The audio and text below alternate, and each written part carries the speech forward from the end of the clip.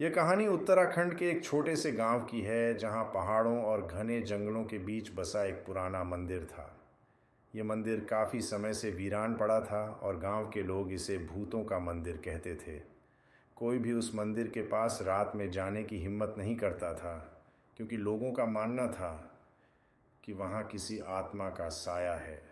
अशोक नाम का एक युवक हाल ही में गांव में आया था। उसे जंगल विभाग में एक चौकीदार की नौकरी मिली थी, जिसके तहत उसे जंगल में बने सरकारी गेस्ट हाउस में रहना था। गांव वालों ने उसे चेतावनी दी कि रात को जंगल में अकेले मत जाना और मंदिर की ओर तो भूलकर भी मत बढ़ना। लेकिन अशोक को भूत प्रेत पर विश्वास नहीं था। वह हंसते हुए बोला, "यह सब सिर्फ अंधविश्वास है।" पहली रात गेस्ट हाउस में सब कुछ सामान्य था, लेकिन आधी रात को अचानक दरवाजे पर किसी ने दस्तक दी। जब अशोक ने दरवाज़ा खोला तो बाहर कोई नहीं था। उसने इसे हवा का असर समझकर अनदेखा कर दिया और सोने चला गया। अगली रात फिर वही हुआ, लेकिन इस बार दस्तक के साथ किसी के पैरों की आहट भी सुनाई दी।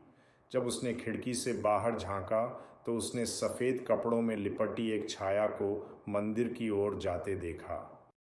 अशोक को शक हुआ कि शायद कोई गांव वाला उसे डराने की कोशिश कर रहा है।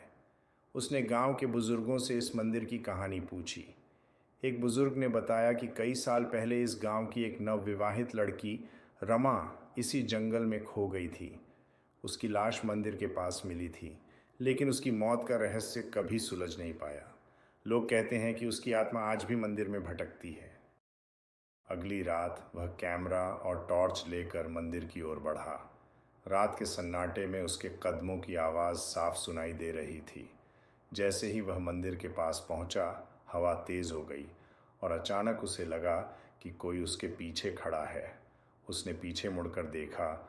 एक औरत सफ़ेद साड़ी में खड़ी थी, जिसकी आंखें सुर्ख लाल थीं।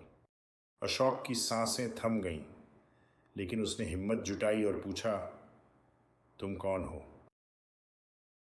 उस औरत ने कराहते हुए कहा, "मुझे इंसाफ चाहिए," और फिर धीरे धीरे गायब हो गई। अगले दिन अशोक ने गांव वालों को सारी घटना बताई और पुलिस को पुराने केस की दोबारा जांच करने को कहा। पुलिस ने जब पुराने दस्तावेज खंगाले तो पता चला कि सीटा की मौत किसी दुर्घटना से नहीं हुई थी, बल्कि उसे गांव के कुछ लोगों ने मार दिया था। जब पुलिस ने उन संदिग्ध लोगों से पूछताछ की तो सच्चाई सामने आ गई। दोषियों को सज़ा मिली और गांव वालों ने मिलकर मंदिर की पूजा दोबारा शुरू कर दी। कहा जाता है कि उसके बाद वहाँ भूत दिखना बंद हो गया, लेकिन जो लोग उस मंदिर में गए थे वे अब भी कहते हैं कि कभी-कभी वहाँ हल्की